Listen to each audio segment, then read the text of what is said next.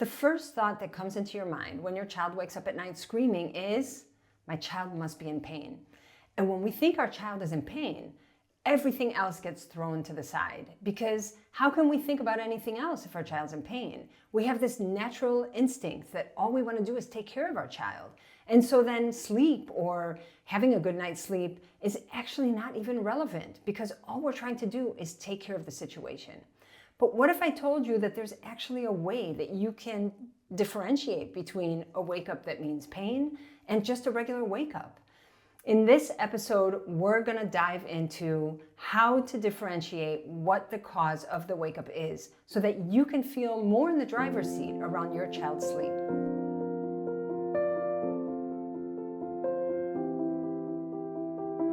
Not every time we hear crying are we going to make this diagnosis of pain, because the truth is that our child wakes up crying regardless of whether or not they're in pain. And you've noticed this because your child has woken up many, many times and they wake up crying and they are not always in pain. We tend to think that the crying is something horrible happening to our child, or our child being in massive pain, because it sounds like this high-pitched shriek and it sounds like so much distress.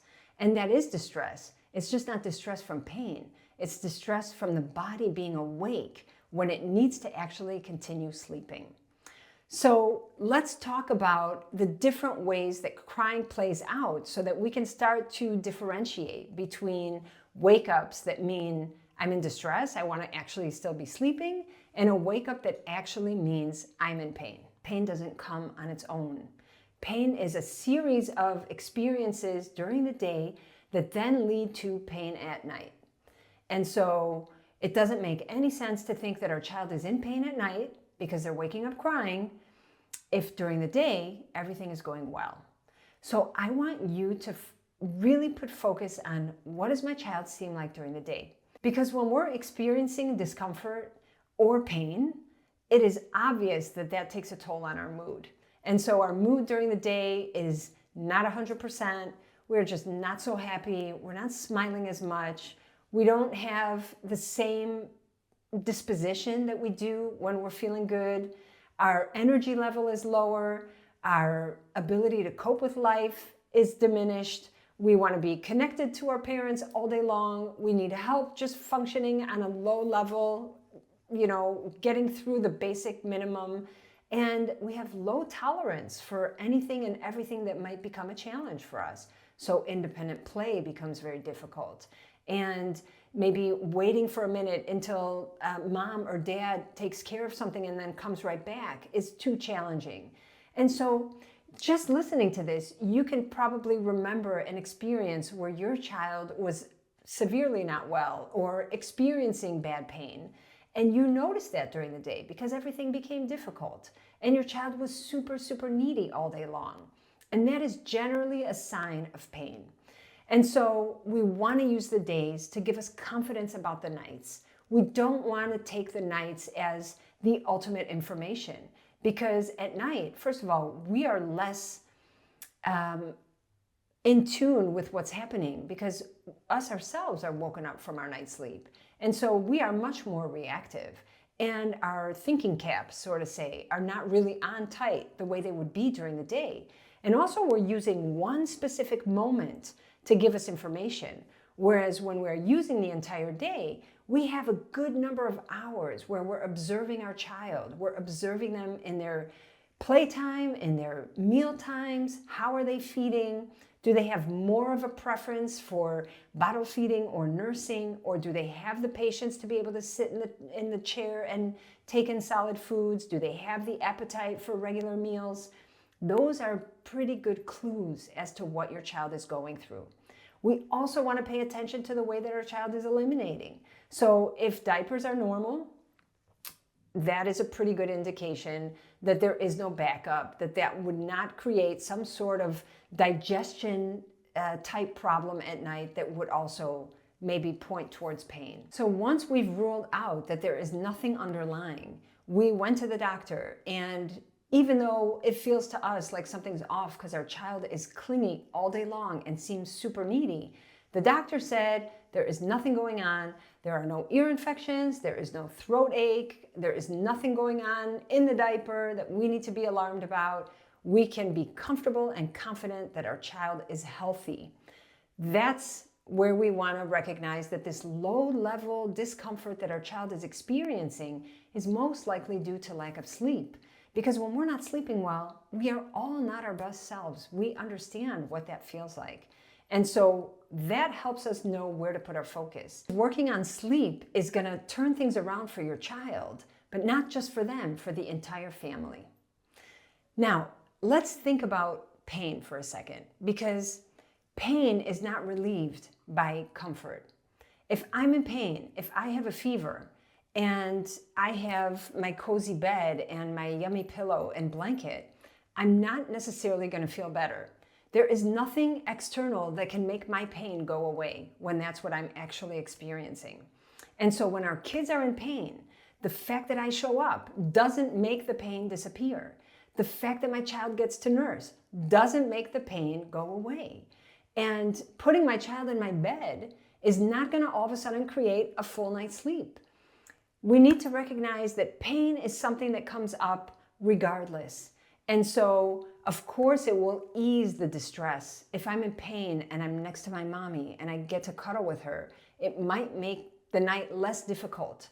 But I will still have a fever, and I will still be coughing, and I will still have the distress that I had when I was sleeping on my own. So the fact that I'm comforting my child doesn't all of a sudden eliminate the pain. So think about what you're experiencing. When your child is connected to you, do you feel like all of a sudden the pain has disappeared? Do you feel like now my child is doing just fine? Because that might be a sign that it's not pain. The night is not just one big long chunk of time. We go through different sleep cycles throughout the night. The first third of the night is what we call deep sleep. The second third of the night is what we call light sleep. And the third third of the night is what we call REM sleep, or dreaming. And these types of sleep are not created equal. So when we are in deep sleep, we are in like a trance. Almost nothing can wake us. It's a time where I remember I used to go in and out of my child's room to put laundry away, and it wouldn't wake them up. That's how deep their sleep would be. So the first three and a half hours of the night are usually very quiet. And then there is generally a wake up at that point. And then the second third of the night, we start to get sleep cycles that shorten as the night progresses. And then we have the third third of the night, which is REM sleep, which is very, very, very choppy sleep with many, many wake ups at that hour or at those hours. And so when our child is in pain, and I'm talking about pain, I'm not talking about like a little bit of the sniffles, I'm talking about pain. Or my child's coming down with something, or my child is literally teething and the tooth is like 3 days away, you will experience wake-ups already in the first third of the night. When your child is feeling distress, when your child is going through some sort of pain and massive discomfort, it takes time for that to come out in the body. We feel things before we see them. Right? And we can think about this for ourselves. It's like, I might feel a bit sluggish. I might feel a bit off. I'm just not my best self. My appetite is off before the fever spikes. Generally, a good day or two before my fever spikes, I feel like I'm coming down with something before it's obvious externally. And so it's the same for our kids. And during those first 3 hours of the night, we will experience disruption. When my kids were little, I remember that I always knew they were brewing something before they showed it to me during the day, because they would wake up kind of few times already within those first 3 hours of the night, which are deep sleep, which are usually undisturbed. Our child goes to sleep around 6 or 6:30. They fall asleep okay. And then all of a sudden at 8 o'clock, there's some crying. But when you look at the monitor or when you go into your child, they are actually still sleeping. And they're kind of crying in their sleep like, oi, I'm in distress, but I'm trying to sleep through it. They want to sleep through it because they're in deep sleep. And then they might fall back asleep, or you can very quickly get them back asleep. And then a half an hour later, again, the same thing. And then a half an hour later, again, the same thing. And then finally, 2.5 hours later, a big wake up. That's a clear indication that your child is in distress. So look for the clues. Now you know what to look for.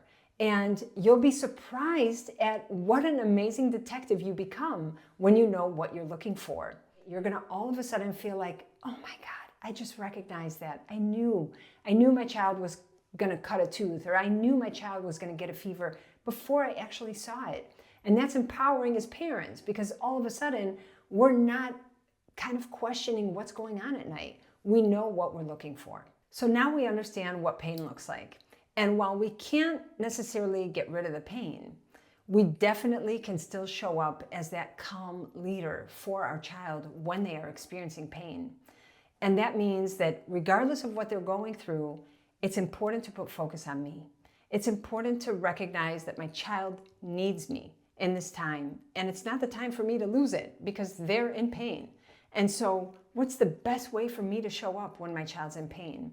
I don't want to be frazzled. I don't want to become frantic. I want to show up calmly, and I want to use my nervous system regulated to be able to be that base for my child to connect to me so that they have the pain, and that's true, but at least they only have that pain and they don't have the distress that I'm experiencing on top of that pain.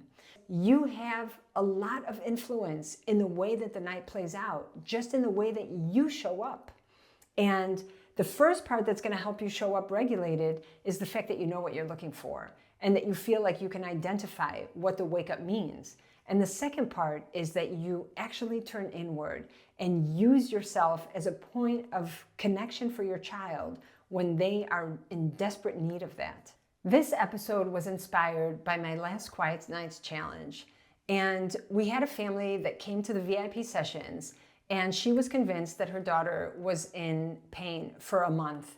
The crying, the gnawing on her hand, it just looked like she was drooling all day. She was like, this is for sure pain. And together in real time, we were able to troubleshoot what was actually going on. And by the end of the challenge, her daughter was sleeping again the way that she needed her to be. So it's not just about, my child doesn't know how to sleep. It can be anything that's coming up for you. It can be that you're experiencing a regression. It could be that you think your child is in pain. It can also be just, I need some support. I need to feel more support in my parenting around how I show up at night. We talk a lot more than sleep, although sleep is definitely the focus. I invite you to join me. It's going to be wonderful. So check down below for the dates for the next challenge. I hope to see you there, and I appreciate your time as always. Thank you for being with me.